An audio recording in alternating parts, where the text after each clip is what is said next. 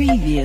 राज्य में हेब सकाळुआ स्कूल एने गणशिक्षा मंत्री बड़ सूचना जारी कले केउ तारीख हेब केउ क्लास मान हेब सकाळुआ स्कूल आसंतु संपूर्ण अपडेट जानिबा जाकि स्कूल छात्र छात्री आसीगला बड़ खबर ता पूर्व वीडियो को लाइक करंतु सब्सक्राइब करनथिले एबे सब्सक्राइब करी पाखर थिबा घंटी चिन्ह को दबाइ दियंतु।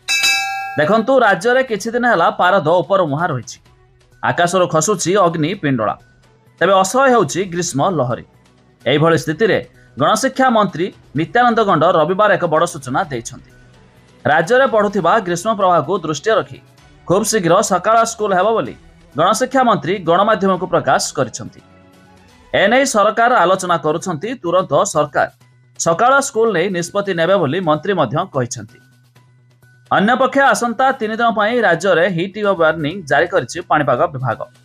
सूचना अनुसार पश्चिम ओडिशा रे प्रबल ताती अनुभूत होइथिला तेबे ग्रीष्म प्रवाह को दृष्टि रखी 3 जिला को यथा झारसुगुड़ा कलाहांडी संबलपुर को रेड वार्निंग जारी कराइछि।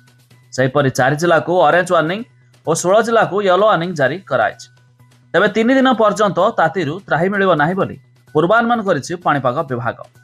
एपटे गणशिक्षा मंत्री सूचना दैछन्ति राज्य में खूब शीघ्र हेबाकु जाउछि सकाळुआ स्कूल एने मध्य सरकार निष्पत्ति नेबे बोली सूचना मध्य दैछन्ति। तेबे आपण माने केउ जिल्लारू वीडियो देखुछन्ति ता निहाती कमेंट करी जणाइबे।